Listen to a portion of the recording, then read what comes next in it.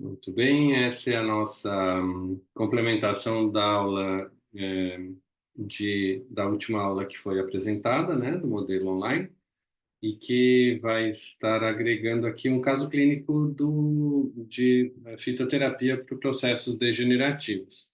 É uma aula de câncer e tratamento, protocolos com câncer, que a gente atualizou a partir das últimas informações desenvolvidas aqui pela nossa equipe. E hoje eu vou apresentar a vocês também um nosso novo própolis desenvolvido aqui no laboratório e que vai entrar em circulação a partir do ano que vem com alta permeabilidade, alta eficácia, é um produto super especial. Por isso, a gente remodelou essa apresentação exatamente para poder também fazer a apresentação desse nosso novo produto. Então, esse é um caso clínico que também está disponível para os profissionais Prime, Prime 2, caso clínico 18 do Prime, que a gente está trazendo como complemento. É um caso clínico de adenocarcinoma de pulmão, com COVID e com a atualização de tratamento para a nova própolis que a gente trouxe para o mercado a partir desse próximo ano. Na anamnese integrativa desse paciente, é um paciente, então, homem, com 65 anos, ele foi diagnosticado com adenocarcinoma de pulmão, ele não tinha antecedentes de outras alterações de saúde, foi pego de surpresa mesmo, assim, a família foi também surpreendida, porque era um paciente muito ativo, muito saudável, nunca tinha tido registro de outras ocorrências, exceto uma hiperplasia de próstata que foi tratada e que não tinha nenhum sintoma no momento e que também foi acometido por Covid-19 na primeira leva dos pacientes covidados aí, né? Apresentou na anamnese integrativa, nas articulações e músculo, cansaço, falta de força. Em relação seu estado mental, apresentava uma dificuldade de concentração e também um pouco de insônia, especialmente depois do diagnóstico, da notícia do diagnóstico, né, que o deixou bem apreensivo, bem ansioso. E em relação às emoções, também uma ansiedade discreta em função da própria situação, né, de diagnóstico de câncer, de um adenocarcinoma, e que limitou assim bastante a sua atividade profissional em função dos exames, de todas os tratamentos que ele foi submetido, e ele estava então um pouco apreensivo e com ansiedade, que é bem natural, né? A partir daí a gente estabelece então um raciocínio clínico integrativo para esse paciente, falando um pouquinho sobre câncer. Câncer, na verdade, é um contexto clínico que envolve um conjunto de manifestações associadas, que pressupõem um processo tumoral e associado ou não a um processo de envelhecimento celular, e esse processo de desenvolvimento das células tumorais, ela acontece segundo um critério, uma sequência de eventos. E essa sequência de eventos inicia com o contato das células normais com o agente carcinogênico. É aquele agente que faz algum tipo de mutação e ou alteração do DNA capaz de ser reproduzida para as células nas sequências de reprodução celular. Então, a primeira das consequências é o contato do indivíduo com esses agentes carcinogênicos. A gente vai falar um pouquinho deles na sequência. Esses carcinogênicos, então, geram o passo 2, que é uma alteração genética que induz a uma mutação e eu digo e ou porque normalmente tem os dois acontecendo, uma mutação associada com a ativação do que a gente chama de proto-oncogenes.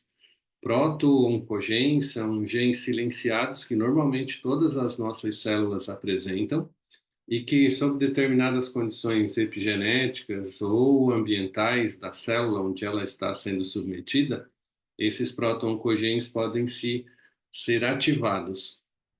E aí eles se transformam em oncogenes. Oncogenes são genes especializados na reprodução de determinadas proteínas que são relacionadas à característica genotípica de uma célula tumoral, de uma célula que é, então, oncogênica, né? E por isso o termo oncogênico. O oncogênio, então, desenvolve todas as expressões dessas proteínas relacionadas à modificação da característica bioquímica celular. E é a única coisa que difere uma célula normal de uma célula tumoral. Então, essa mudança do perfil genético e a ativação dos proto-oncogenes, elas acabam fazendo uma modificação bioquímica intracelular que muda completamente o caráter de funcionalidade dessas células, fazendo com que elas tenham um aumento da taxa de crescimento, um aumento do desenvolvimento, então, e da proliferação celular. Isso, obviamente, também faz com que essas células tumorais elas tenham um aumento da atividade metabólica e da expressão de proteínas relacionadas a esses oncogenes, e também proteínas de desenvolvimento do perfil ambiental que favorece esse crescimento e proliferação celular. Uma célula tumoral, ela precisa de muita energia, porque como ela prolifera muito rápido, ela precisa então ter um suporte nutricional muito maior do que uma célula normal. E é exatamente isso que acontece. Essas células tumorais ativadas agora, né, pelo processo oncogênico, elas aumentam o metabolismo exatamente para produzir mais energia e aumentam a expressão de proteínas. Entre as proteínas que são expressas, a gente tem as metaloproteinases. Metaloproteinases que são enzimas muito inflamatórias, potencialmente inflamatórias, porque elas rompem a barreira de ligação perivascular, então das ligações entre as células musculares lisas, vasculares, fazendo com que haja um aumento da permeabilidade vascular. Esse aumento da permeabilidade vascular faz vasodilatação, faz aumento da passagem de componentes do sistema sanguíneo para o ambiente do tumor. Então, quanto maior a ativação de metaloproteinases, maior o suporte nutricional que os vasos que estão passando ao redor desse ambiente tumoral levam em relação a essas células que precisam de muita energia para funcionar, né? E para se reproduzirem. Então, a primeira das consequências é a ativação das metaloproteinases para gerar um mecanismo pró-inflamatório. Pró-inflamatório exatamente porque vasodilatação, aumento de permeabilidade vascular, melhora a nutrição do tumor. Então, tanto é que uma das estratégias convencionalmente propostas para controle do crescimento tumoral é reduzir a vascularização e diminuir o quadro inflamatório local produzido pela reprodução dessas células normais, dessas células oncogênicas. Além dessas metaloproteinases, nós temos fatores de crescimento tumoral, que são exatamente expressados a partir da atividade dos oncogenes, do disparo, da ativação oncogênica. Então, eles processam essas informações para fazerem fator de crescimento tumoral. Essa é uma proteína que está envolvida na diferenciação das células tumorais no mesmo perfil oncogênico da célula mãe, né, da célula matriz, que deu origem ao processo inicial. Então, o fator de crescimento tumoral estimula a proliferação dessas células tumorais. A gente tem também proteínas reguladoras da apoptose, e por isso as células tumorais elas são quase que imortais. Elas têm resistência à indução de processos apoptóticos. E é exatamente por isso que ela consegue resistir tão bravamente, né, às condições intempéries do aumento do metabolismo. Porque imaginem um processo tumoral acontecendo e reprodução, né, dessas células tumorais. Para que essa reprodução aconteça, precisa ter uma atividade mitocondrial muito intensa. Uma atividade mitocondrial muito intensa gera muitos radicais livres. E ainda assim, as células tumorais são imortalizadas a partir dessa presença de componentes de regulação apoptótica. Porque um dos mecanismos de ativação de apoptose é o estresse oxidativo, que destrói mitocôndria, libera fatores mitocondriais de ativação das caspases, e as caspases ativam, então, o mecanismo de autodestruição dessas células. No entanto, nas células tumorais, esses processos de ativação de caspases, eles não acontecem. Então, mesmo na presença de uma quantidade grande de radicais livres produzidos a partir da atividade mitocondrial, a gente não tem um componente de indução de apoptose, exatamente por essas proteínas reguladoras da apoptose que as células tumorais e os oncogenes dentro delas produzem no ambiente intracelular.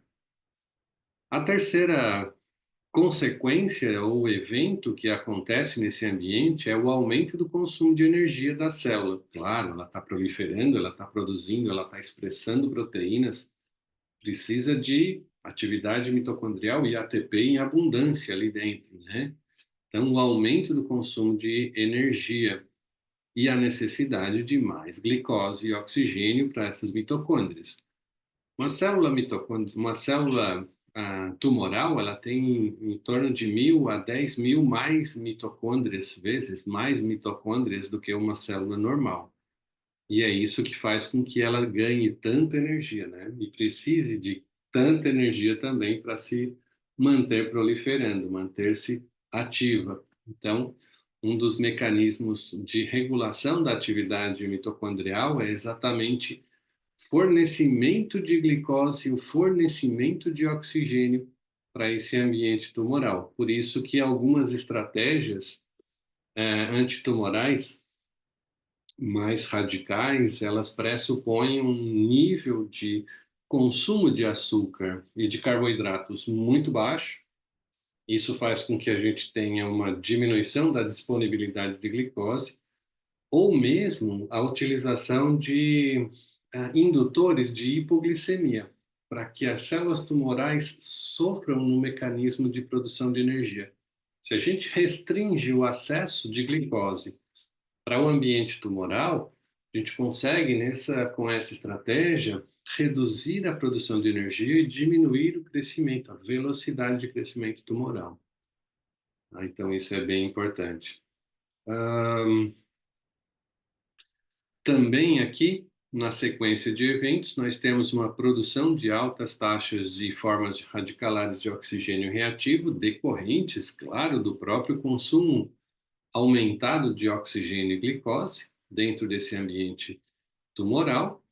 E aí, esses radicais livres, diferente das células normais, em que o estresse oxidativo produz destruição de mitocôndria e induz a apoptose, nas células tumorais, essas células têm uma capacidade de extrusão muito alta de jogar os radicais livres para o ambiente pericelular.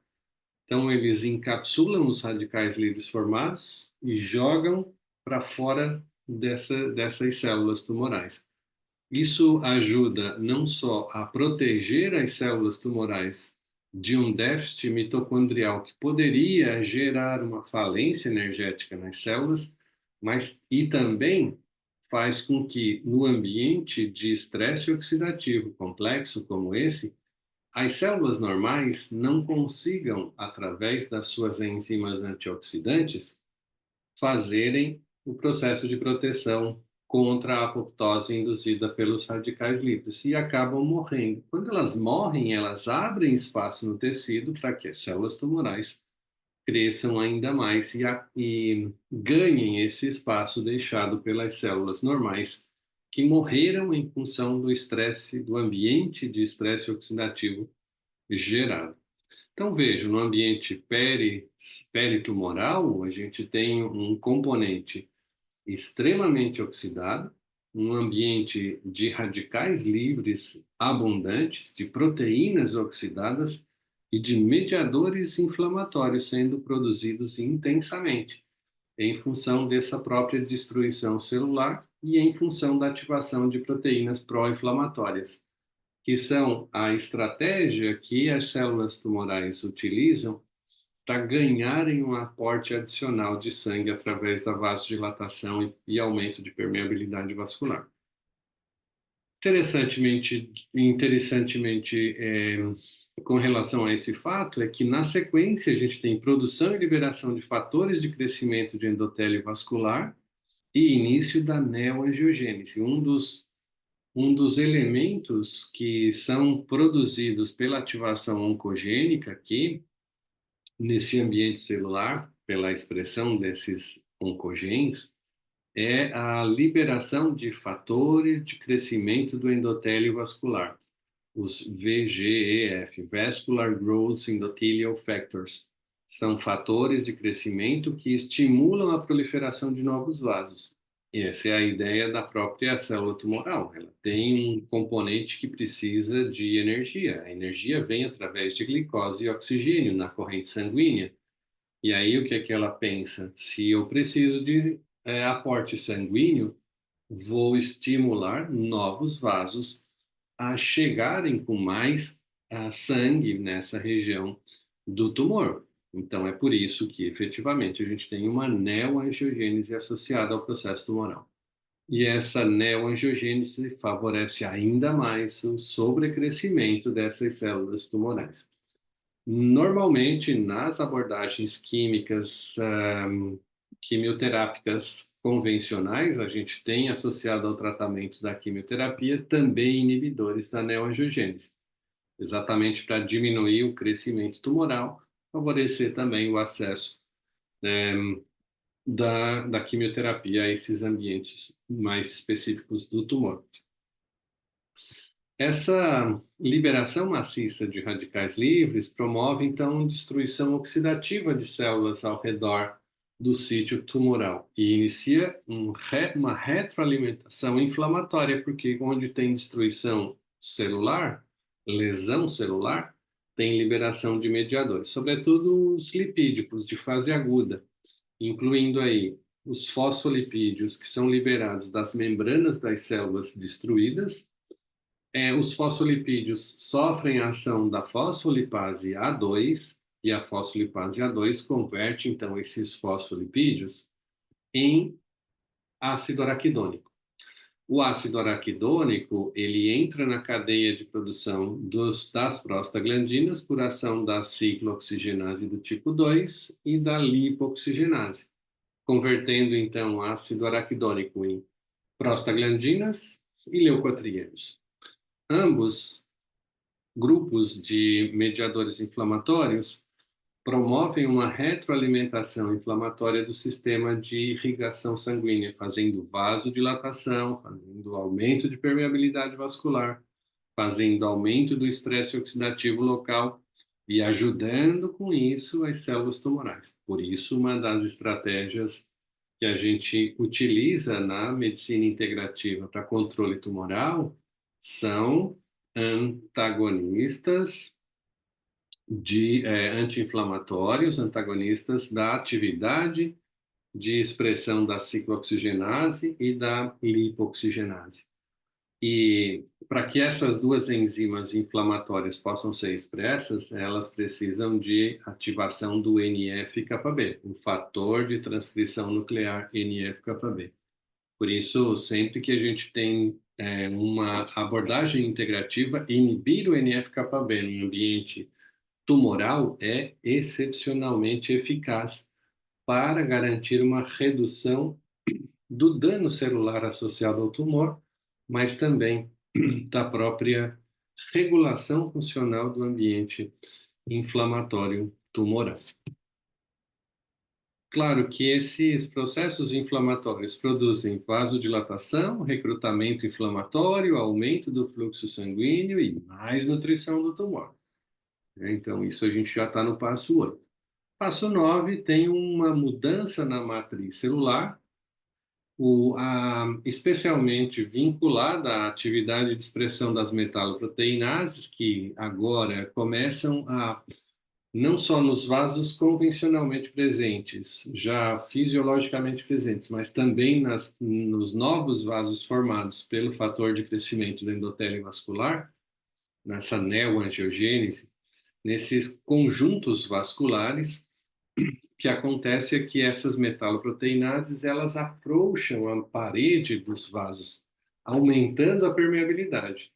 E a permeabilidade vascular aumentada garante o fluxo de células de defesa para fora do ambiente vascular, para combater o agente causal, o agente tumoral, mas também permite que células desgarradas desse ambiente tumoral possam agora ganhar acesso à corrente sanguínea e, a partir daí, se difundirem a outros tecidos. Essa mudança na matriz celular, o aumento da permeabilidade vascular, permite, então, o desprendimento das células tumorais do local onde elas estão, a migração vascular e a colonização à distância, o que a gente chama de metástase. Nesses locais de suporte dessas células que migraram para outro tecido, a gente tem o início de um novo ciclo de desenvolvimento tumoral. Muito frequente pacientes com câncer de intestino, células tumorais migrarem para ossos, para fígado, para pulmão, e aí gerarem um conjunto de manifestações também em outros tecidos. Então, normalmente, o foco inflamatório, o foco tumoral de um local, ele pode ser reproduzido através do processo metastático em outros tecidos com similaridade de origem genética. Então, a gente tem tecido endodérmico, tecido epidérmico, e dependendo da origem embrionária desses órgãos, a gente tem um conjunto de metástases preferencialmente ocorrendo nesses locais de maior afinidade dessas células. Nesse contexto, o primeiro passo é a exposição a agentes mutagênicos e as condições ambientais epigenéticas favoráveis ao desenvolvimento dessa modificação genética, genômica, né, e fenotípica das células tumorais. Podem ser, então, eventos químicos, eventos biológicos, eventos genéticos ou eventos físico-químicos. Os químicos são associados à exposição a conjuntos de substâncias químicas que são mutagênicas, aí a gente pode ver toxinas, agrotóxicos, nicotina, derivados do fumo, álcool, agentes químicos que alteram de alguma maneira a característica do DNA. Eventos biológicos, vírus de repetição, viroses de repetição, quadros microbiológicos repetidos, inflamações recorrentes, podem então gerar um quadro de estresse oxidativo que muda a característica do DNA, gerando mutações, e isso leva ao desenvolvimento tumoral. Eventos genéticos podem ser desde predisposições genéticas familiares até mutações ao longo da história da vida da pessoa por exposição a fatores epigenéticos, desencadeantes de mutações já pré-concebidas na estrutura do gene desses pacientes. E eventos físico-químicos muito associados à radiação, à exposição a radiações ionizantes, né, raio-x, radiação VA-UVB, radiações mais profundas, e que podem, pela própria força das ondas eletromagnéticas ou da radiação, gerarem mudança da característica do gene e, portanto, mudarem o DNA para um estado oncogênico. De fato, também, como agentes predisponentes para a ação mutagênica, nós temos o acúmulo de dano ao DNA, o encurtamento dos telômeros com o envelhecimento do paciente. Então, pacientes senescentes, pacientes envelhecidos têm mais predisposição a apresentar essas condições mutagênicas. Estresse oxidativo recorrente, então, a submissão de células a um estresse oxidativo persistente é um fator de risco. Inflamação crônica subclínica, essas inflamações, então, de repetição com fora de controle, e isso acontece, sobretudo, em quadros de câncer de intestino. em que inflamações subclínicas não tratadas ou não cuidadas podem desencadear mecanismos de modificação inflamatória recorrente e levar à mudança do perfil mutagênico. Mitocondriopatias também é uma outra condição, e isso pode estar associado à exposição à radiação ionizante, mas pode estar também associado a um fator genético de alteração na característica mitocondrial. E o acúmulo de proteínas oxidadas e proteínas senescentes, né? A senescência celular faz com que o perfil da célula passe de um perfil regulatório, um perfil funcional do tecido, para uma célula que agora produz os perfis senescentes, ou seja, a produção de mediadores inflamatórios, TNF-alfa, interleucinas, citocinas e as enzimas pró-inflamatórias. Então, o acúmulo de senescência celular e o desenvolvimento de uma célula senescente, mudando o perfil de produção dos mediadores para um perfil inflamatório crônico, pode também ser um processo de facilitação das mudanças oncogênicas no paciente.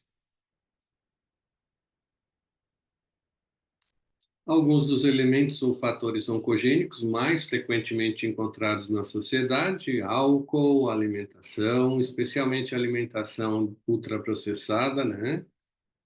O fumo de cigarros, medicamentos e hormônios, especialmente hormônios sintéticos. Esses hormônios sintéticos, como eles agem diretamente na regulação da expressão gênica, eles são muito passíveis de gerarem mudança da característica e desativação dos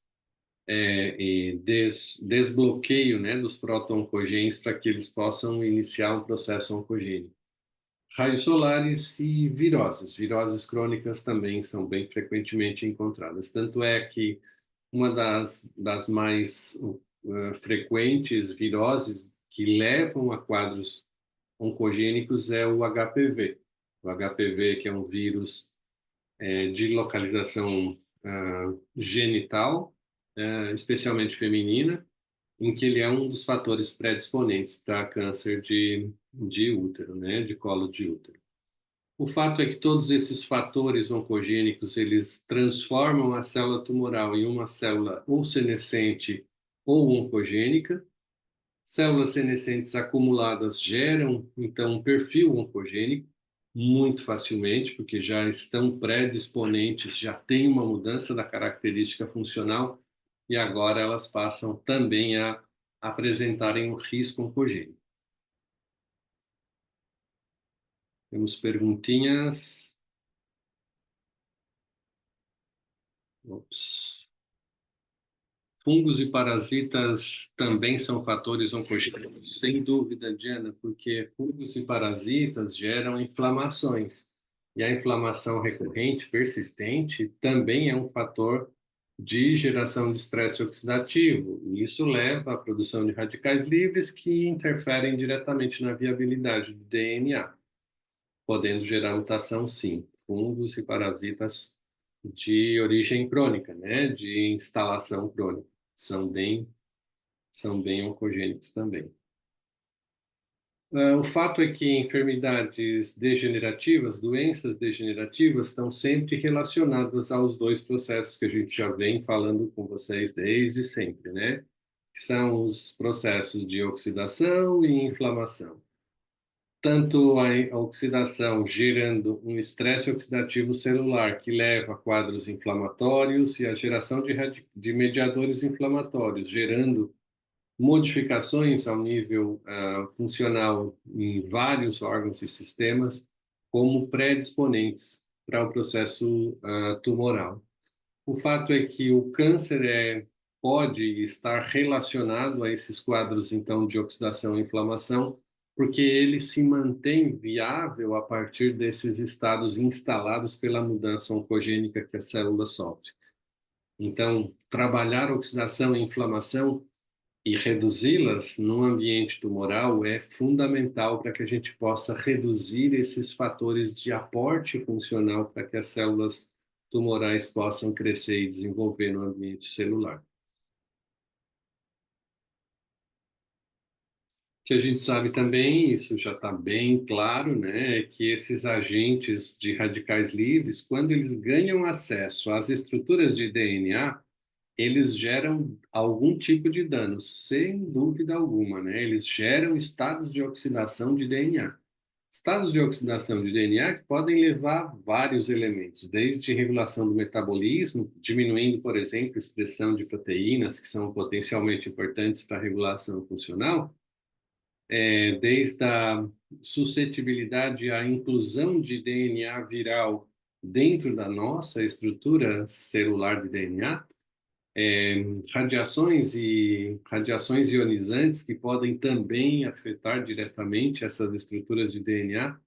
O fato é que todos esses agentes, agentes químicos alquilantes, os erros de replicação, a indução de apoptose, a falta de reparo de DNA, a senescência celular e a diminuição da regulação do ciclo celular são fenômenos muito presentes associados a essa produção de radicais livres, o que leva a quadros de mutação desse DNA.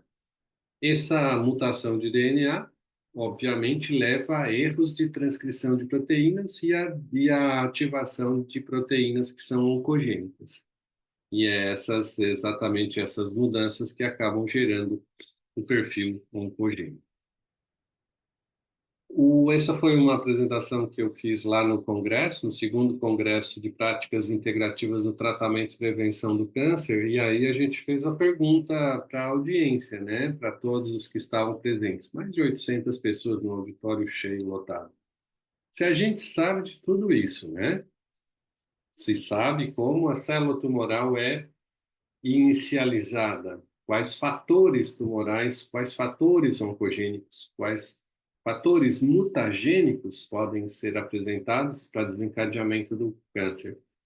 Se a gente sabe como aqueles 10 passos acontecem de maneira muito clara e de maneira sequencial, se a gente sabe como regular esses processos, como reduzir o crescimento tumoral, se a gente sabe como limitar o desenvolvimento de estresse oxidativo, de processos inflamatórios, sabe como inflamação e oxidação aumentam, intensificam o crescimento tumoral. ¿Por qué no utilizamos las estrategias farmacológicas adecuadas? Essa era a pergunta que a gente fez lá e que todos os profissionais que estavam presentes, ninguém respondeu. E aí a ideia era exatamente essa, levantar a questão. Se a gente tem esse conhecimento, por que se trata somente induzindo a morte das células tumorais? Qual é a estratégia que poderia ser incrementada no tratamento oncológico que pudesse garantir não só uma redução do crescimento tumoral, mas também uma melhoria da qualidade de vida dos pacientes? Porque quando a gente destrói a célula tumoral com agente alquilante, com agente antitumoral clássico, isso leva à destruição dessas células, a explosão dessas células, a necrose dessas células, ou algumas vezes a apoptose, dependendo do agente antitumoral.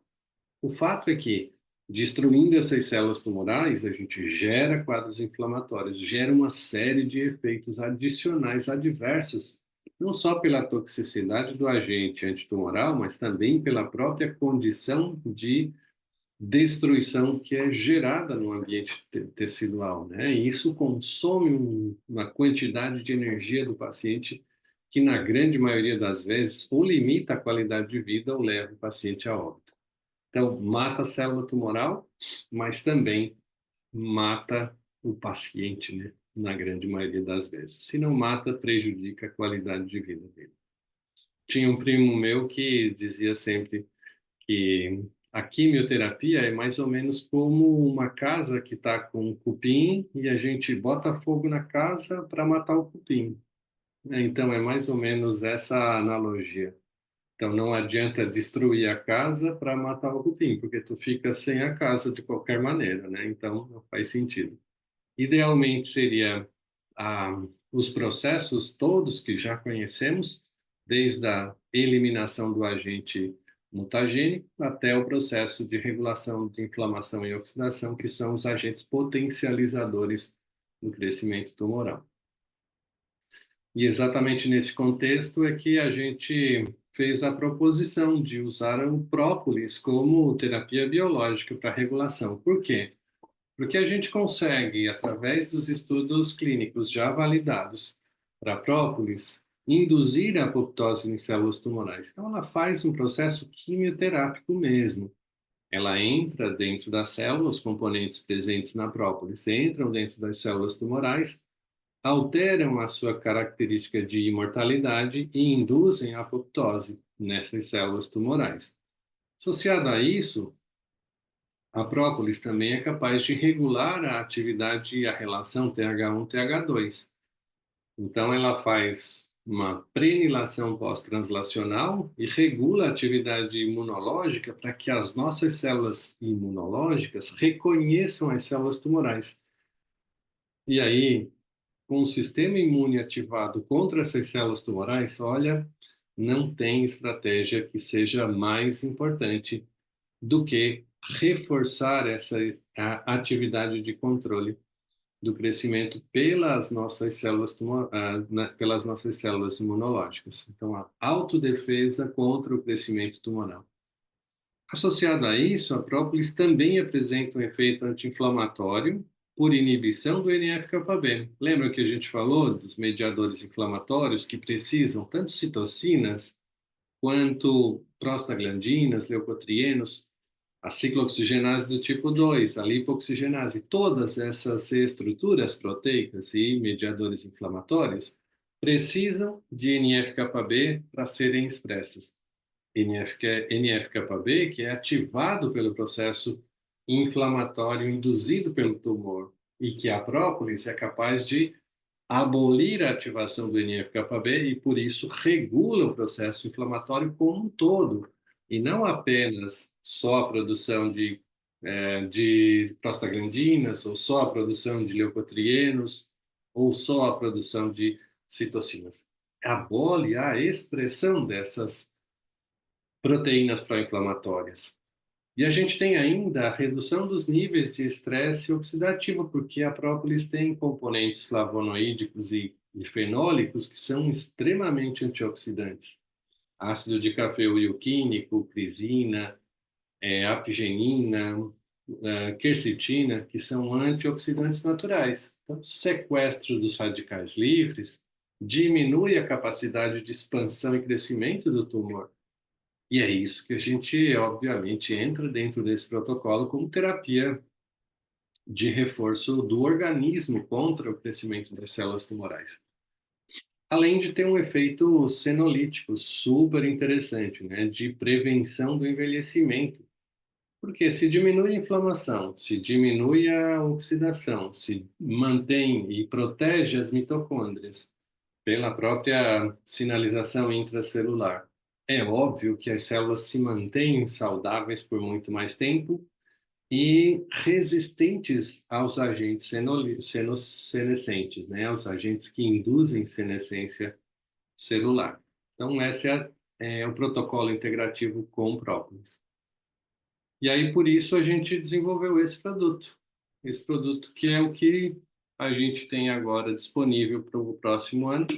A gente utilizava até então o citoprópolis. Citoprópolis já foi um avanço muito significativo na oferta de própolis de qualidade para fins terapêuticos. Citoprópolis tem 700 miligramas de extratos concentrados da fração aquosa e da fração etanólica da própolis verde do Brasil. O que a gente fez de melhoria farmacotécnica nesse produto é que agora esse produto ele é microencapsulado. E agora a gente precisa, ao invés de 700 miligramas, precisa apenas de 180 miligramas desse extrato para fazer a mesma absorção dos princípios ativos, artepilin C, bacarina, crisina, todos os componentes que estão presentes no extrato, agora com alta biodisponibilidade. Tanto é que a gente inclui no rótulo extrato padronizado microencapsulado de alta performance e alta biodisponibilidade. Isso foi validado, então, em estudos pré-clínicos e também agora em estudos clínicos a partir do desenvolvimento do produto. Então, a gente tem a composição química validada, indicação de uso, farmacologia definida e todos os cuidados e recomendações e aplicações terapêuticas. A padronização à base dos marcadores principais, veja, a gente tem então bacarina, artepilin C, tecnocrisina, galangina, pinobanxina, crisina, rutina, ácido cumárico, pinosembrina, apigenina, flavonoides, compostos fenólicos e derivados do ácido cinâmico, como o artepilin C, que é o princípio ativo majoritário, fazem dessa nova fórmula agora, com alta biodisponibilidade, uma das mais eficientes que a gente vai ter no mercado por alguns anos, com certeza. Propriedades farmacológicas já validadas para própolis, antimicrobiano, antiviral, fungicida, anticárie, antiprotozoários, tudo isso já foi muito bem identificado e validado. As ações anti-inflamatórias, muitos dos trabalhos, eu vou mostrar alguns deles aqui, muitos dos trabalhos são nossos, do meu grupo de pesquisa, atividade anti-inflamatória, atividade antioxidante, imunomoduladora, anti-hiperalgésica, também bastante coisa nossa, hepatoprotetora, também a gente tem demonstrado isso. Mas, sobretudo, para esses pacientes com câncer, propriedades antitumorais. Hoje a gente tem 679 artigos científicos e está vindo cada vez mais. É só ver a velocidade de expansão do número de trabalhos publicados no PubMed com com o tema, né, própolis e ação antitumoral. Isso 2023, 2023, 4, que isso ainda está em contagem, né? Mas tudo isso são artigos científicos validando as atividades da própolis para finalidade terapêutica. Revisões baseadas em evidência, então a gente compilou todas as informações aqui em trabalhos desde esse que foi de 2007, terapia biológica usando a própolis como suplemento nutricional em pacientes com câncer. Foi um mecanismo de regulação, então todos os mecanismos propostos para a própolis compilados nessa revisão. Nessa outra revisão, também publicada em 2009, a gente já mostrou mecanismos de ação associados à própolis pelo nosso grupo de pesquisa, incluindo aí a inibição da produção de prostaglandina 2, a inibição da produção de óxido nítrico em macrófagos e a redução da atividade e superexpressão de fator de transcrição nuclear NF-κB durante a inflamação.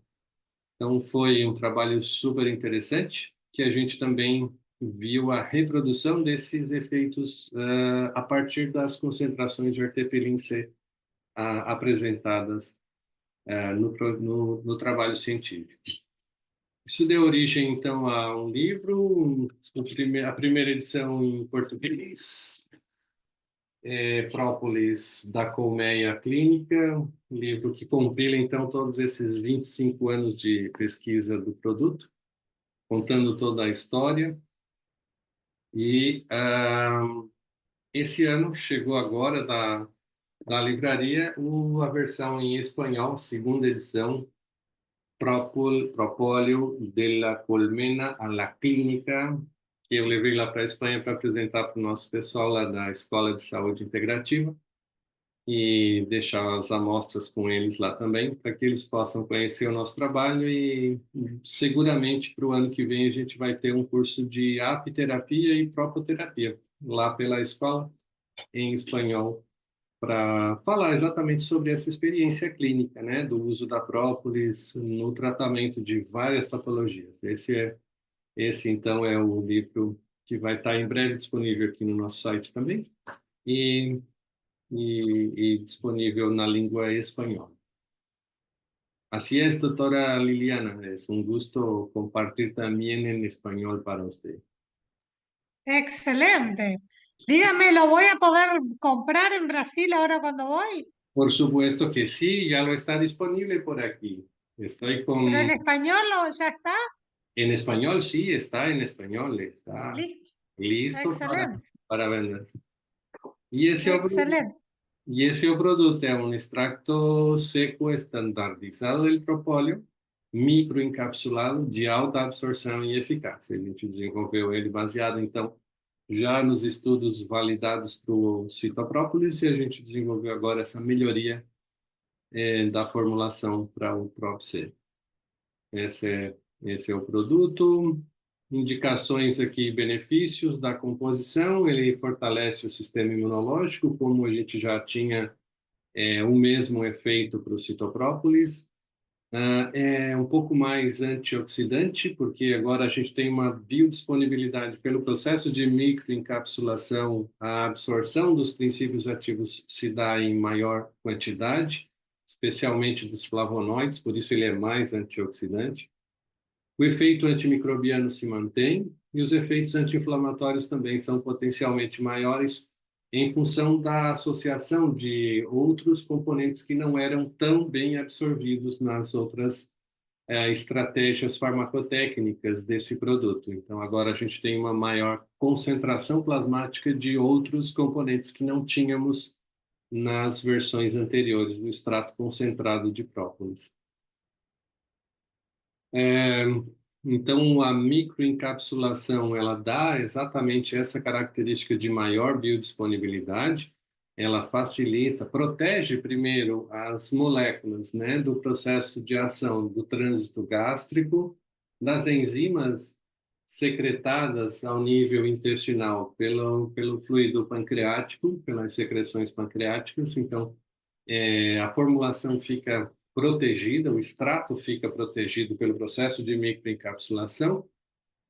Como a microencapsulação tem maior afinidade com as mucosas do intestino, a gente tem maior absorção e a liberação controlada a partir dessa própria microencapsulação, né?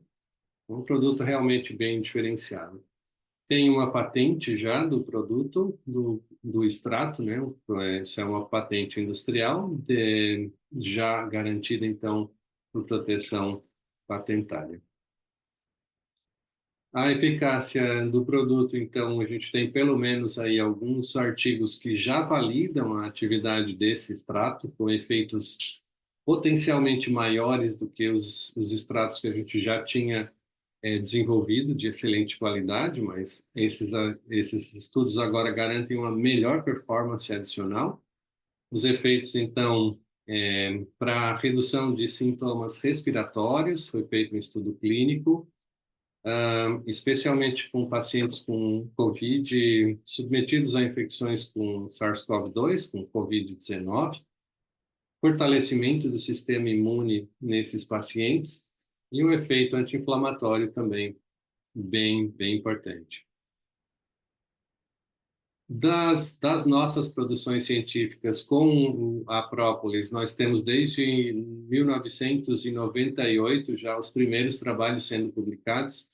Por isso é uma história assim de longa duração, né, que a gente começou lá atrás e foi desenvolvendo e validando todas as informações que a gente gostaria de atribuir ao produto final, né? Aqui, então, já em 98 nós tínhamos os primeiros trabalhos saindo na Universidade Federal de Santa Catarina, mostrando mecanismos de ação já das ações broncodilatadoras do extrato de própolis sobre traqueia isolada de cobaia. Então, a gente já tinha, nesse ano de 2002, mecanismos de ação investigados. Numa publicação da Planta Médica, uma revista alemã, a gente também publicou aqui os efeitos anti-inflamatórios e analgésicos. Bem interessante essa publicação, foram as primeiras demonstrações de eficácia da própolis para controle da inflamação e controle da percepção dolorosa. Foi um trabalho bem interessante. A atividade imunomoduladora, em função da parceria que nós tivemos com a Universidade Federal de Pelotas, no campus universitário de Pelotas, mostrando aqui em animais a própolis como um coadjuvante vacinal, melhorando a resposta vacinal contra herpes vírus do tipo 5. Então, tinha o desenvolvimento de uma vacina. A gente utilizou a própolis como um coadjuvante vacinal para garantir uma melhor performance de desempenho de geração de anticorpos contra o herpes vírus tipo 5 bovino. E fizemos o mesmo com herpes vírus suíno. Então, foram duas publicações diferentes em animais diferentes para tratamento veterinário. Imagine o quão é prejudicial para um rebanho bovino ou suíno uma infestação com herpes vírus, né? Inviabiliza totalmente os rebanhos. E aí a gente utilizou a própolis exatamente para garantir uma melhor performance do desempenho vacinal, melhorando a atividade imunológica dos animais e garantindo uma performance de vacinação muito mais eficiente para esses rebanhos. Esse mecanismo de regulação imunológica, então, foi bem validado para esse processo, garantindo aqui a performance terapêutica adicional.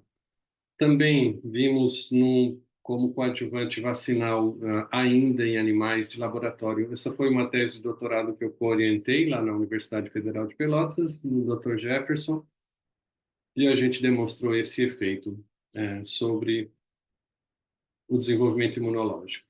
A regulação imunológica, na verdade, percebida com esses trabalhos foi que nós tínhamos o efeito anti-inflamatório da própolis, por inibir o NF-κB e, portanto, inibir toda a expressão de proteínas pró-inflamatórias. Mas o segundo mecanismo adicional foi que a prenilação, que é exatamente a disponibilidade dessa parte da molécula, radical prenila, para um processo de regulação da atividade de linfócitos TH1, TH2. Então, aumentava essa prenilação pós-translacional, aumentava a atividade da resposta imune celular. O que é isso, né? É aquela ativação dos macrófagos que ficam nas mucosas como células protetoras. Quando a gente tinha a administração da própolis, esses macrófagos ficavam muito mais alertas e respondiam muito mais rapidamente à presença de vírus, à presença de bactérias, à presença de parasitas e, pasmem, também as diferenciações dessas células tumorais, que eram percebidas pelos macrófagos circulantes e pelos macrófagos teciduais, pelos macrófagos perivasculares, e que imediatamente ativados esses macrófagos faziam a fagocitose, a indução de mecanismos pró-apoptóticos de defesa imunológica contra o crescimento dessas células tumorais. Então, fantástica essa atividade e a gente não consegue reproduzir essa prenilação pós-translacional com outras moléculas que não naturais, como é o caso do artepilin-C, que tem dois radicais prenilas capazes de fornecer esses radicais para a prenilação pós-translacional e regular a atividade imunológica celular. Então, foi um achado muito interessante para a regulação imunológica. Isso, então, foi publicado nas revistas internacionais. Essa foi um trabalho especialmente importante, que a gente mostrou que não só a própolis era capaz de produzir esse efeito, mas também o artepilin-C, que é o marcador principal da própolis brasileira, em que no European Journal of Pharmacology, uma revista publicada na Europa, muito importante esse trabalho, porque ele foi pela primeira vez demonstrando que a própolis tem um efeito per se, mas a composição química dessa própolis faz com que essa atividade biológica seja garantida e reproduzida a partir da presença desse marcador. Por isso, a gente estabeleceu como padrão de qualidade os teores de artepilin-C como referenciais de qualidade da própolis produzida aqui no Brasil.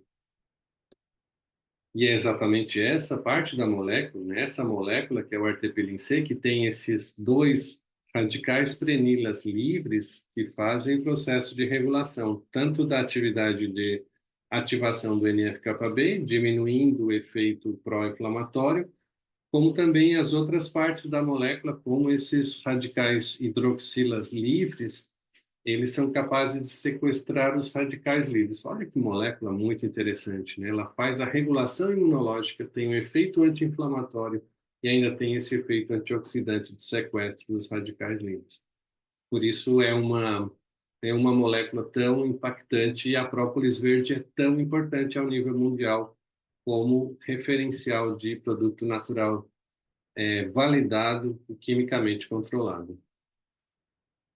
Temos perguntitas, mas perguntas. Diana, professor, se o paciente está sendo submetido à quimioterapia convencional, não deve usar antioxidantes nesse momento da quimio, não é?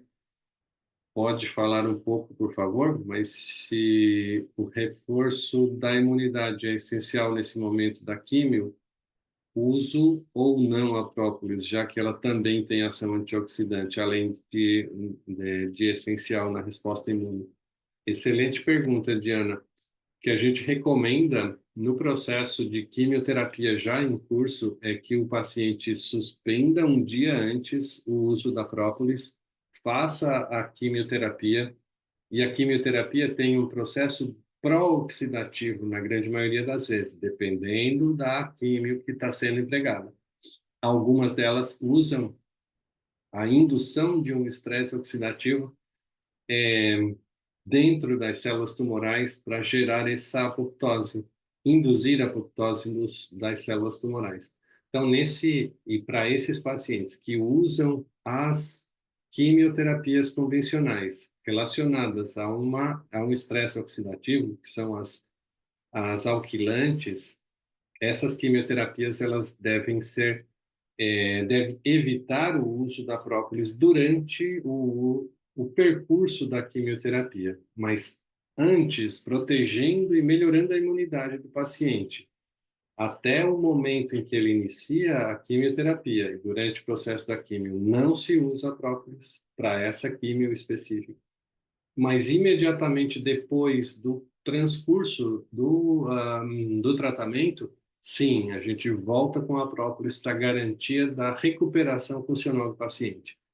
Então, a ação alquilante da quimioterapia leva no máximo 48 horas. Então, ela age durante as 48 horas por indução desse estresse e da ação direta sobre as células tumorais. Mas depois disso, é óbvio que a gente precisa manter as células normais, viáveis, né, para evitar exatamente esse dano inflamatório associado à destruição das células tumorais. Então, imediatamente, 2 dias antes do início da químio, 2 dias depois da conclusão do tratamento com a químio, a gente faz a utilização da própolis. Durante, não. Nesse contexto da químio alquilante, né? Como preventivo, posso usar a própolis diariamente? Por quanto tempo? Devo dar pausas? Essa também é uma pergunta bem frequente que os nossos pacientes nos fazem. A própolis ela é extremamente segura e essa aqui ainda mais segura porque quantidades ainda menores de extratos são potencialmente muito mais biodisponíveis, né, pela própria característica de manuseio farmacotécnico do produto. Então, sim, a ideia é que a gente possa usar de maneira preventiva e a recomendação aqui para essa em especial é apenas uma cápsula por dia. Os frascos vêm com 30 ou 60 cápsulas, então tu podes usar um frasco para 30 dias, por exemplo, né, de tratamento, ou para 60 dias de tratamento. E podem ser usados de uso contínuo sem problema nenhum, como preventivo, e para garantia de uma melhor imunidade de maneira permanente, de maneira persistente. Além disso, a gente tem os efeitos hepatoprotetores. Esse foi um trabalho super bacaninha que a gente fez em 2014, lá na universidade, já estava em São Paulo, na Universidade Bandeirante de São Paulo. A gente fez a indução de um estresse oxidativo hepático e também dois grupos de animais, né? Nós tínhamos dois grupos de animais. Um tratado com acetaminofém. O acetaminofém, sabemos nós outros que acetaminofém é hepatotóxico. O metabólito do acetaminofém gera um dano celular no hepatócito, então gera uma inflamação hepática a partir do consumo do acetaminofém em doses mais altas. Associado a isso, a gente também induziu em um outro grupo diclorometano, que é um agente que gera um estresse oxidativo, então gera um prejuízo oxidante no hepatócito. Os dois geram hepatodestruição, os dois componentes, químico ou oxidante. O que a gente fez foi pré-tratar os animais com a própolis e submeter a esse estresse oxidativo, com ou sem a própolis, né, de tratamento e comparar os dois. Cara, o efeito foi fantástico, tanto que aí os nossos alunos brincavam que antes de sair para a balada e tomar a cachaçada, eles faziam uso da própolis e depois, quando voltavam da balada, faziam uso da própolis, exatamente para proteger o fígado durante o consumo do álcool e depois para recuperar a funcionalidade hepática. Então, todos os alunos que participaram do projeto ficaram apaixonados assim, e usavam de souvenir para ir para as baladas, né? Com a própolis no bolso. Então, esse foi um efeito bem interessante. A gente mostrou que a própolis é muito eficiente em proteger o fígado tanto das lesões inflamatórias, pelo efeito anti-inflamatório, quanto das lesões oxidativas, pelo efeito antioxidante que ele tem.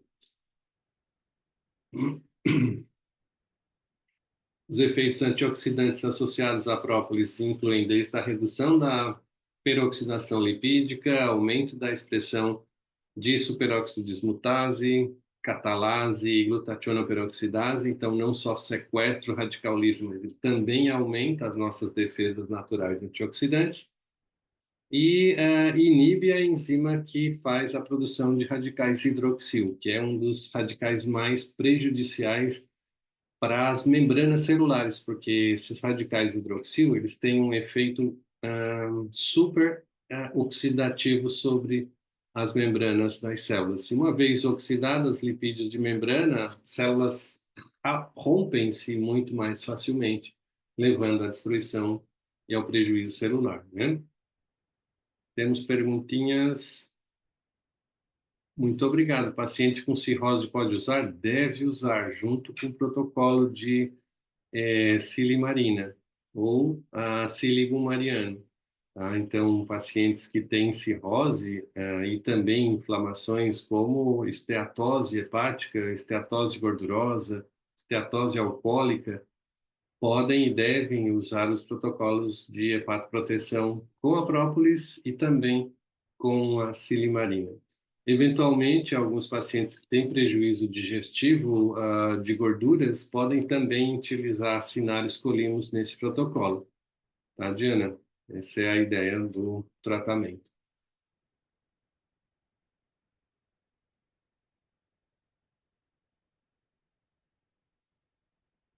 O Faustino perguntando, professor, na quimioterapia atual, os pacientes recebendo dose de quimioterapia a cada 21 ou 28 dias no hospital e em casa usam todos os dias. Então, como conciliar a prescrição com a própolis? Os ciclos de 21 dias de químio, Faustino, é isso, que eles recebem durante 21 dias. Antes, mesma história, 2 dias antes do ciclo da químio e 2 dias depois do ciclo da químio. Uma, duas, 10, 15 infusões de químio, o protocolo é o mesmo. 2 dias antes para, 2 dias depois volta com a própolis, para prevenir e para recuperar. A ideia é exatamente essa.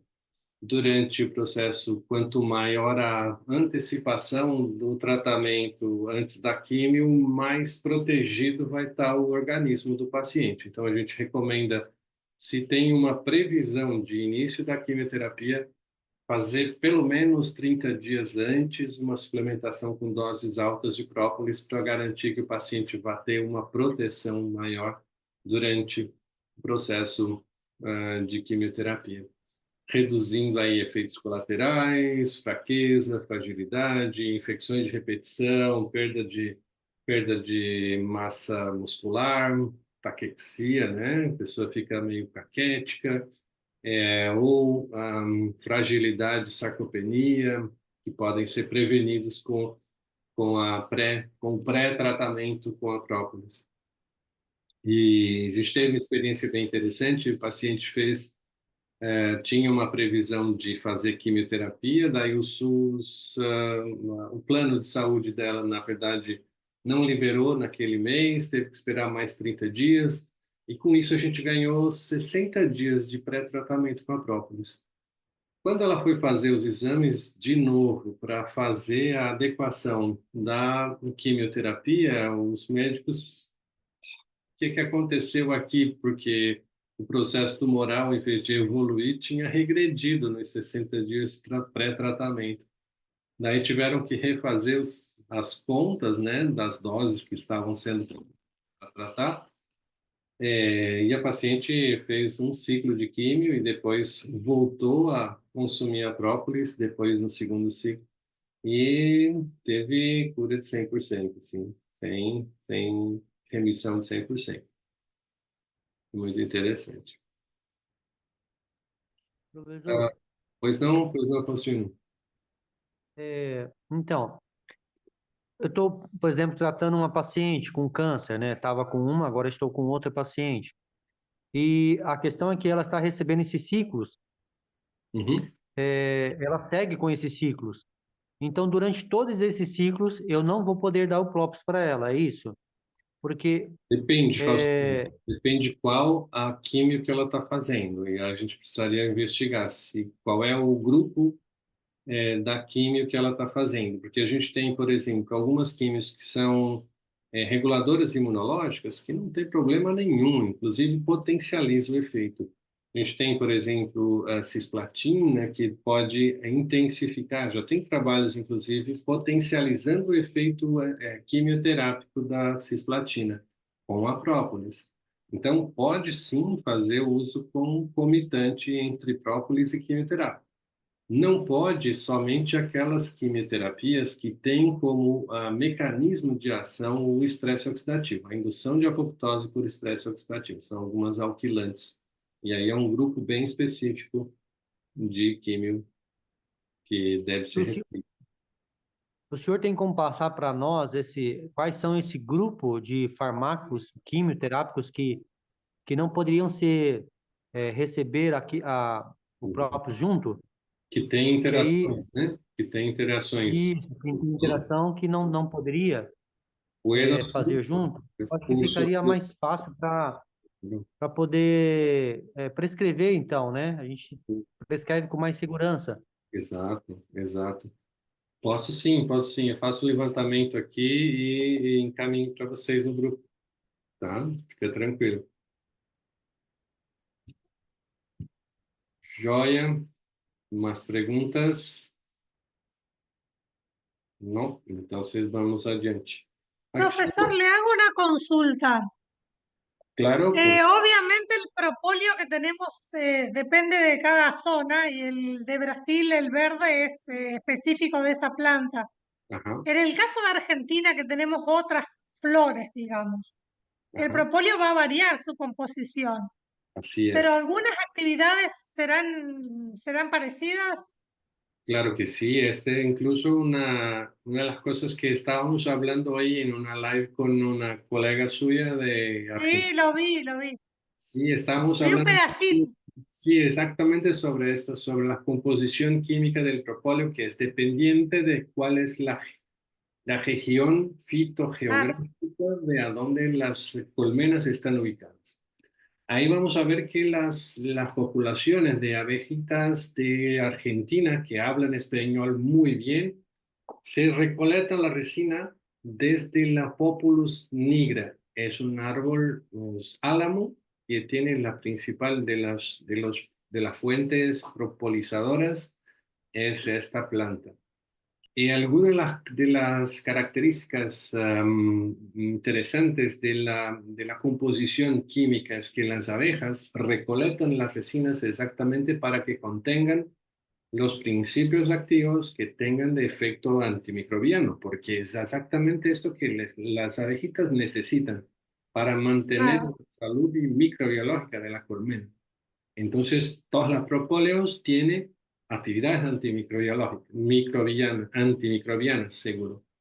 Antihongos también, porque en un ambiente que es caliente, que tiene dulce, que tiene claro. humedad, como dentro de la colmena, no tiene hongos, no tiene bacterias, no tiene nada dentro de ella. Entonces, el propóleo hace ese efecto exactamente sobre el interior de la colmena. Entonces, lo que vamos a ver de actividades biológicas asociadas antimicrobianas, antiinflamatorias, también porque este es lo que buscan las abejas en las resinas que recolectan para producir el propóleo.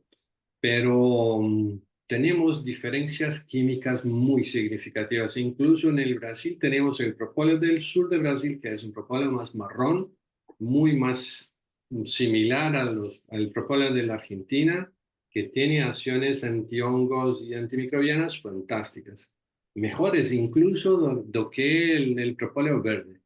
Pero las actividades antiinflamatorias no son tan buenas. Entonces, el propóleo verde tiene en su composición derivada de las resinas de Baccharis dracunculifolia. Entonces, vamos a encontrar el perfil que ya lo demostré por aquí en esta presentación de hoy, con Marte Peeling C como marcador principal. Y vamos a encontrar también propóleo jojo desde el nordeste de Brasil, que es una composición totalmente diferente de los propóleos que ya lo teníamos por aquí, que tiene entonces acciones antitumorales contra el sistema genital femenino, sobre todo el cáncer de endometrio, el colo de útero, de ovario. Esta es una aplicación muy interesante del propóleo jojoba desde Brasil, del nordeste de Brasil. Pero las composiciones químicas son distintas porque las plantas que fornecen estos compuestos son diferentes. Entonces, esto es lo que necesitamos comprender. Algunas de las acciones, las acciones antimicrobianas sí se mantienen en todas las propóleos. Y para esa acción que digamos que es común a todos los propóleos, ¿qué dosis sería para un extracto seco de propóleo? Ahí no tenemos informaciones porque cada uno de ellos tiene una composición distinta y tendría que hacer una mensuración por ensayos biológicos. Lo que tenemos de información ya escrito en la literatura son más para el propóleo verde, para el propóleo rojo y para el propóleo del sur de Brasil, que es el propóleo marrón. Pero vas a encontrar seguro acciones, trabajos científicos demostrando las acciones antimicrobianas para el propóleo de Argentina, que se le gustaría, puedo hacer una búsqueda por eso los trabajos, para que tengas también en cuenta esta posibilidad de empleo por ahí. Este, Bueno, gracias. bueno, puedo hacerlo. Bien, aquí son algunos de los trabajos publicados también, adicionales a los contenidos que ya lo mencionamos. Estes são alguns dos trabalhos que a gente publicou no nosso grupo. Aqui um trabalho bem interessante na área de cavidade bucal para controle da atividade de proliferação de micro-organismos, especialmente Streptococcus mutans e Lactobacillus, na cavidade bucal, no tratamento de gengivites, um estudo clínico randomizado. Uma característica interessante que a gente fez as caracterizações físico-químicas do extrato de própolis durante um período de 6 anos, se a própolis manteve a mesma característica de estabilidade química. Bem interessante. Não teve alteração significativa guardada por 6 anos a mesma composição química. Muito estável, por sinal, né? Aqui alguns que podem interessar a Diana, um estudo duplo cego randomizado, estudo clínico do efeito da própolis, comparando-a com a clorexidina no enxaguatório bucal. A gente fez em 2 centros, em São Paulo e na Universidade de Odontologia de Nova York. Diana, foi bem interessante e os resultados bateram igualzinho, fantástico.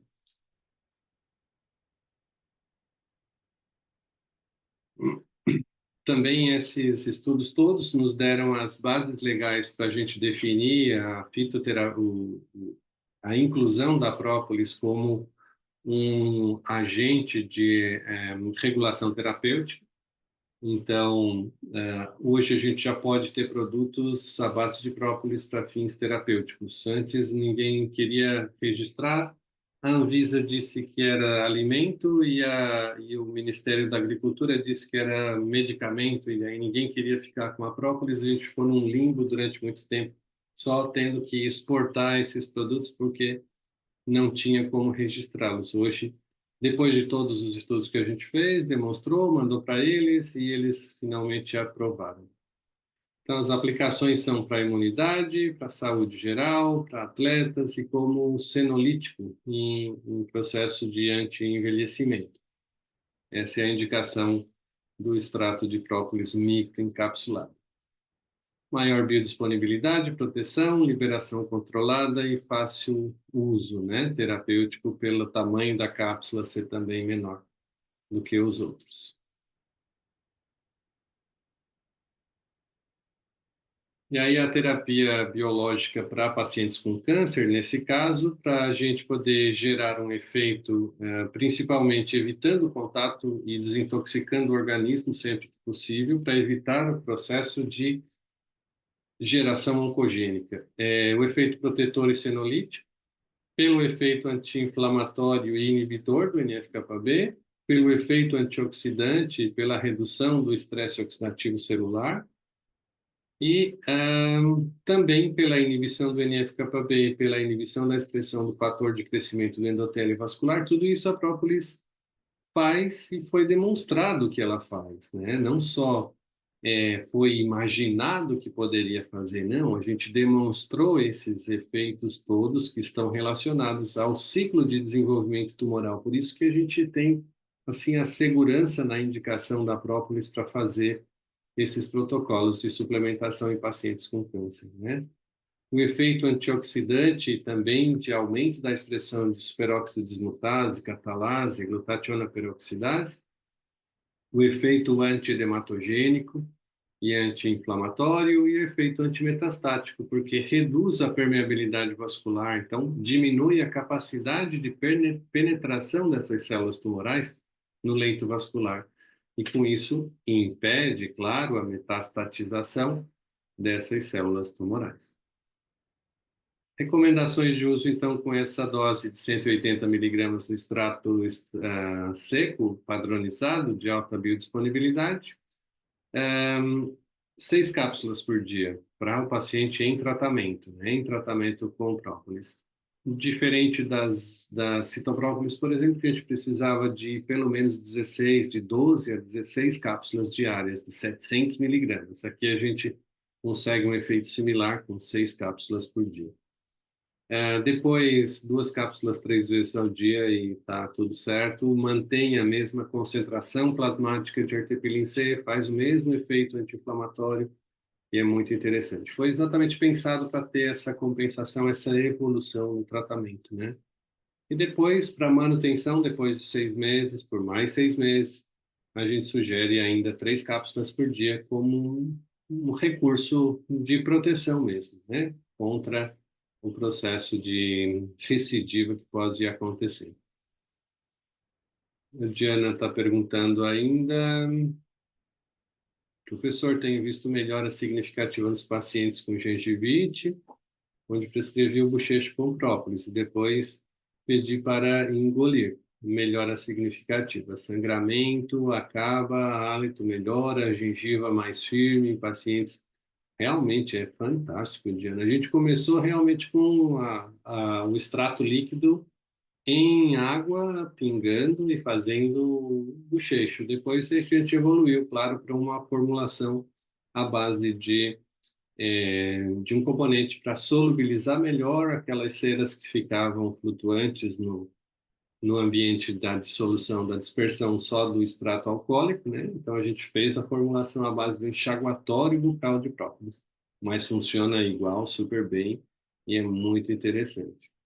Prescrevo para todos com gengivite resultados maravilhosos. Realmente funciona super bem. Obrigado pelo teu depoimento.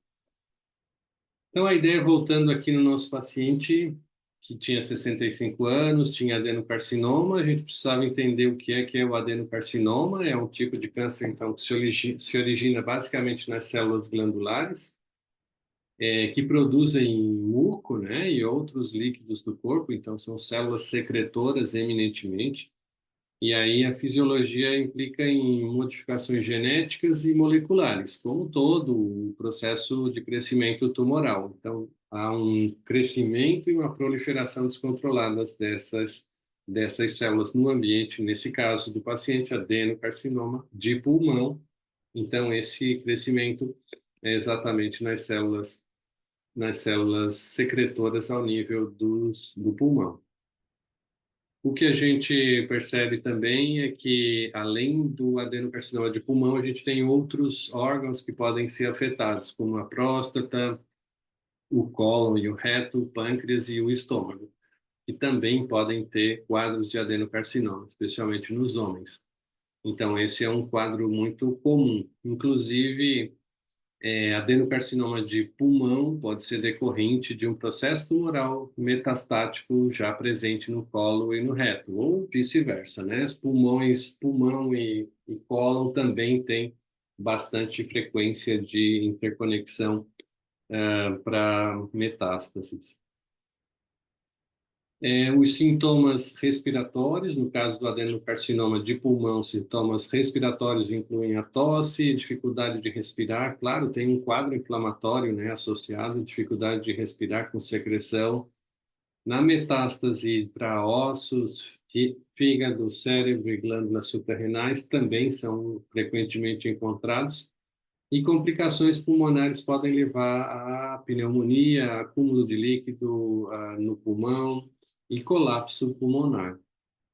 Também são associados todos os processos que levam a uma modificação metabólica, como perda de peso, fadiga, falta de energia, fragilidade, sarcopenia, porque toda a energia é drenada exatamente para que as células tumorais possam continuar proliferando, né? Nesse caso desse paciente, a gente teve ainda a complicação da COVID, a COVID com as 3 fases bem clássicas, a fase 1 de infecção, a fase 2 em 2 fases, subfases, o estágio de proliferação inflamatória e a fase 3 onde o vírus já não está mais presente, mas a gente tem a hiperinflamação presente no indivíduo. E é essa hiperinflamação que acaba levando à fadiga mitocondrial e à produção de todos os sintomas associados ao COVID longo, né, que é o que a gente chama. Essas alterações elas foram então detectadas e publicadas. Então, durante o processo de COVID, na fase de hiperinflamação, a gente tem uma hipercitocinemia, um aumento desenfreado da produção de citocinas. E essas citocinas, elas dependem basicamente da ativação do NF-κB. Por isso que a gente recomenda aqui o uso da própolis exatamente para reduzir a produção desses mediadores inflamatórios, também aqui para o processo de COVID-19. Além dessas alterações, a gente tem sequelas muito bem já definidas também, produzidas pelo SARS-CoV-2, que são sequelas mitocondriais. Essas alterações mitocondriais, elas acometem o paciente e levam ao quadro de fadiga crônica no paciente, ou de falta de energia, porque essas partes do DNA mitocondrial elas são afetadas pela presença do vírus. Então, destrói ou reduzem a funcionalidade mitocondrial, que leva àqueles prejuízos crônicos, né, no COVID longo, que é falta de memória, lentidão de raciocínio, fadiga muscular, lentidão do trânsito peristáltico, diminuição da capacidade secretora, leva a um perfil hipossecretor, falta ou redução da capacidade de metabolismo hepático, tudo fica mais lento, porque falta energia mitocondrial, óbvio, né? Então, nesse paciente com COVID-19, a gente tem essa frequência de ocorrência. Os exames do paciente, um CA-125 alterado, já caracterizando um fator tumoral, a presença do fator tumoral. O CEA, que é o antígeno carcinoembriogênico, também é aumentado, a ponto de confirmar a presença, então, do processo tumoral oncogênico. A gente teve também, numa tomografia por emissão de pósitrons, as impressões digitais associando a uma lesão hipermetabólica. Hipermetabólica significa que a gente tem um metabolismo muito acelerado. É uma lesão com metabolismo acelerado, expansiva, então caracteriza, claro, um processo tumoral, né? E também com captação de radiofármaco, que é quase que uma confirmação do processo neoplásico pulmonar, um adenocarcinoma invasivo misto mucinoso e não mucinoso. Então, ele é secretor e não secretor. Essa era a conclusão diagnóstica da tomografia do paciente. Foi feito também um diagnóstico por sensibilidade de tratamento, então, nesse paciente, para definição clínica dos genes que estavam envolvidos nessas células tumorais, quais eram os genes sobreexpressos, superexpressos nesse paciente, nessas células tumorais. Se identificou, então, todos aqueles genes que estavam superexpressos e também se testou nessas células individuais depois da punção, se testou quais as sensibilidades desses quimioterápicos convencionais. Os agentes alquilantes, no caso cisplatina, carboplastina, que eram os mais eficientes em termos de ação de sensibilidade, né, das células tumorais testadas. Os principais são cisplatina e carboplastina, depois oxaliplatina, e aqui os outros com 69%, neraplatina e altetramina. São todos agentes alquilantes, que as células tumorais eram sensíveis, de alta sensibilidade. Se testou também os inibidores de topoisomerase 1 e 2, para que houvesse, então, uma indução de apoptose, usando esses quimioterápicos, e aí se identificou quais eram potencialmente mais importantes para o tratamento do paciente. Testou-se também substâncias naturais, ativos naturais que poderiam ser incorporados no processo terapêutico do paciente como coadjuvantes no tratamento. E aí se mediu vários deles, licopeno, 20%, nada assim muito significativo. Apigenina, 20%, curcumina, 30%.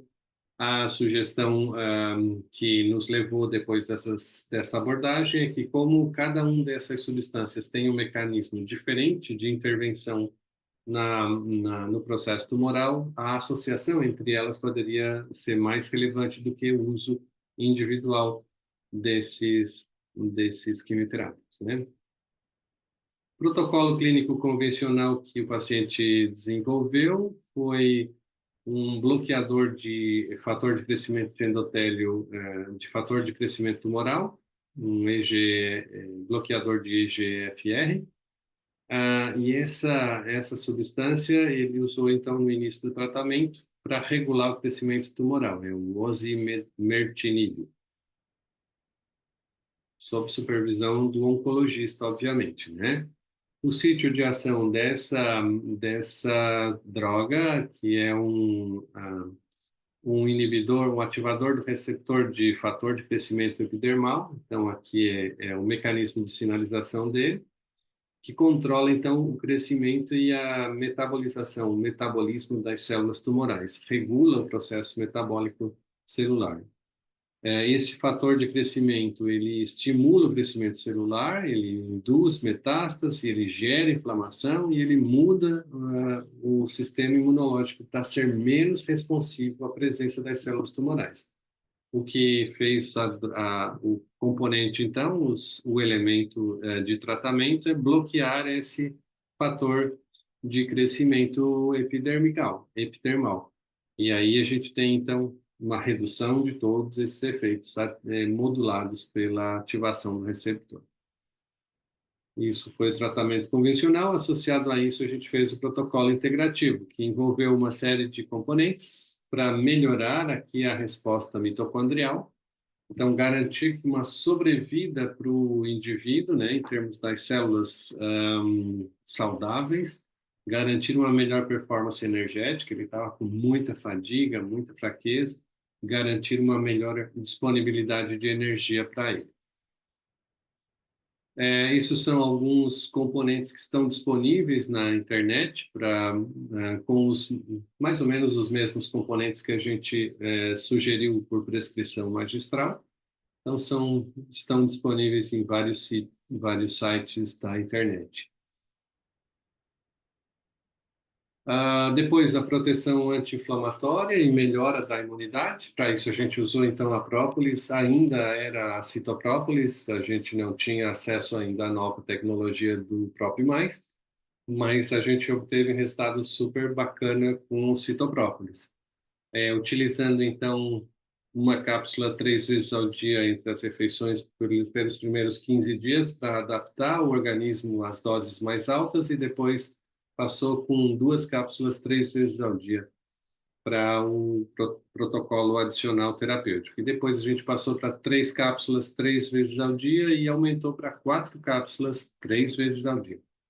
Então chegamos com 12 cápsulas durante o processo de tratamento do paciente, 12 cápsulas diárias.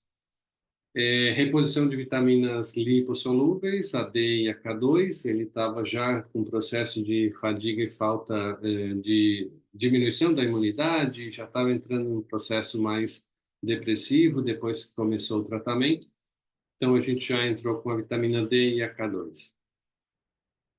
Própolis disponíveis aí no mercado internacional, tem a própolis da Swenson e uma segunda composição com própolis e geleia real, também da Swenson, em que pode ser encontrado pela internet. A Fórmula 4, só para a gente regular a ansiedade e melhorar o controle emocional do paciente, nós entramos então com as tinturas, tintura de melissa, passiflora e valeriana, essas 3 tinturas em partes iguais, com o objetivo de controlar os transtornos emocionais. Repusemos aqui a acetoneurin, com acetoneurin, os níveis de vitamina B12 que estavam mais baixos do que o que a gente costumava ter como referencial, e isso também para melhorar a imunidade e reforçar a parte muscular do paciente. Fizemos também uma aromaterapia com lavanda francesa e laranja doce para melhorar o grau do sono, a qualidade do sono no tratamento para esse paciente. Protocolo adicional, a gente aproveitou aqueles componentes que estavam mais sensíveis lá dentro do contexto da apresentação prévia das células tumorais na avaliação da quimioterapia de produtos naturais. Então, a gente botou cúrcuma, boswellia, maiteno, cinara, que eram componentes para proteção gástrica, hepática e também para diminuir a inflamação. Boswellia e cúrcuma, sobretudo, para reduzir, junto com a própolis, o quadro inflamatório. E a gente entrou também com a proteção hepática, já que os componentes, especialmente aquele quimioterápico convencional, era metabolizado no fígado e tinha relato para alguma hepatotoxicidade. Como ele estava fazendo uso já há algum tempo, a gente controlou aqui com o síligo mariano na forma de medicamento industrializado mesmo, Forfig, que é 200 miligramas, com 140 miligramas de silimarim. São algumas formulações comercialmente disponíveis. E o resultado clínico no paciente de agosto de 2002 a janeiro de 2023 foi a COVID teve 100% de remissão, sem sequelas ou comorbidades. A gente, então, teve também uma melhora dos sintomas de debilidade, da fadiga, do cansaço que ele tinha.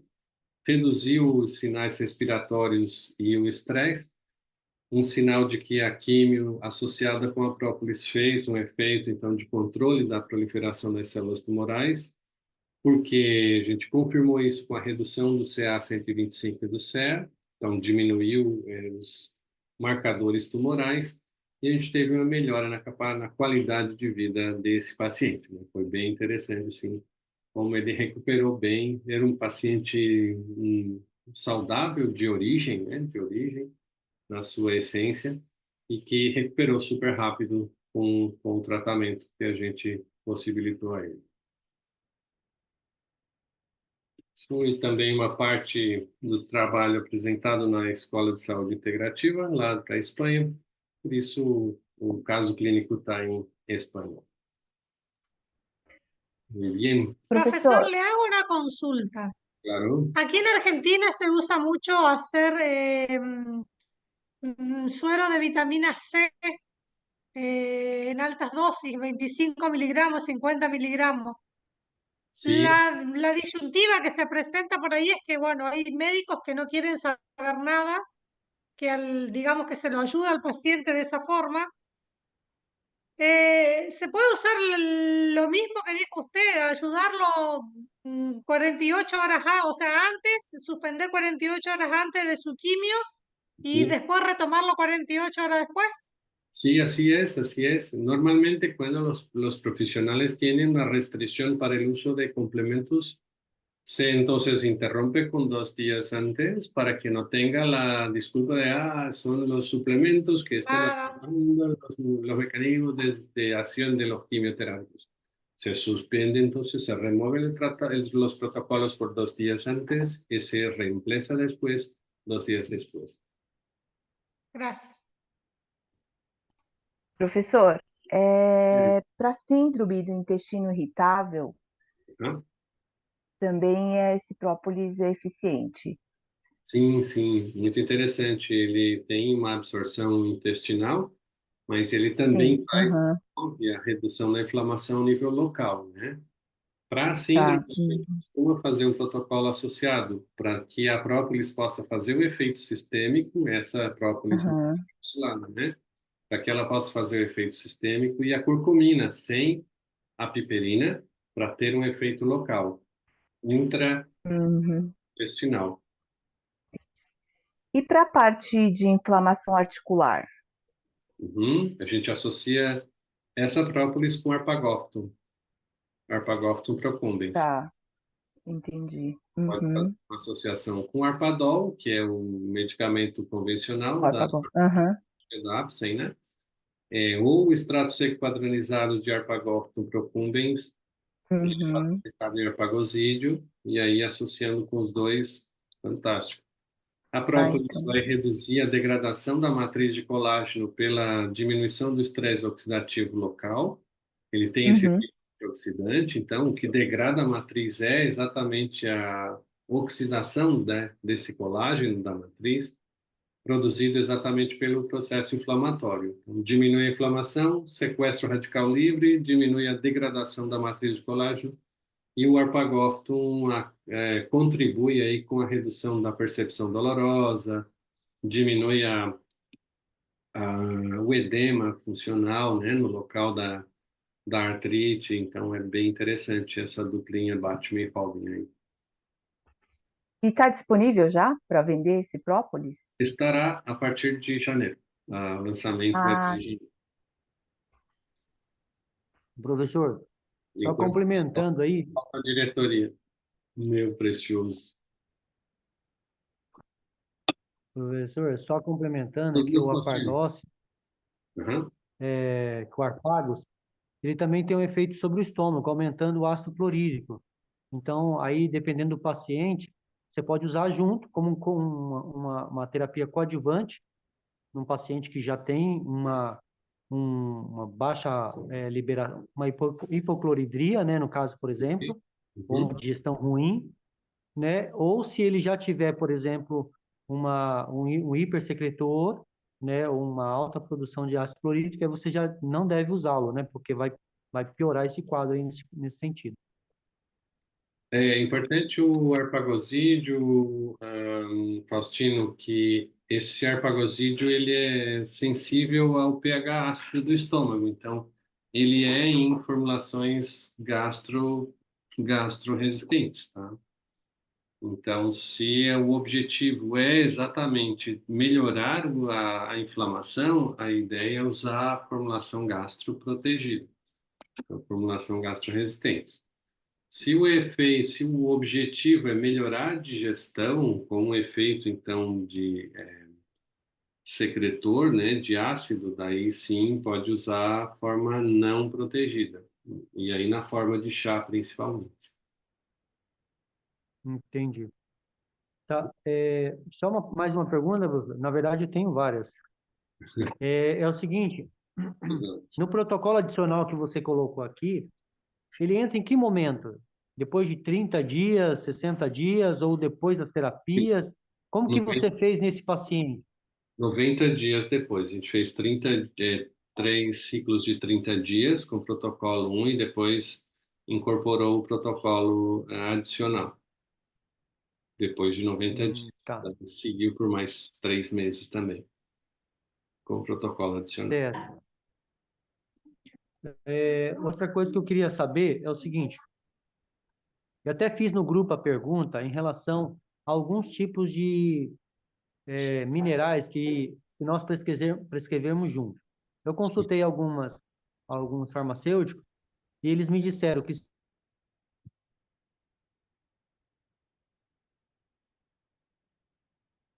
Alô, alô.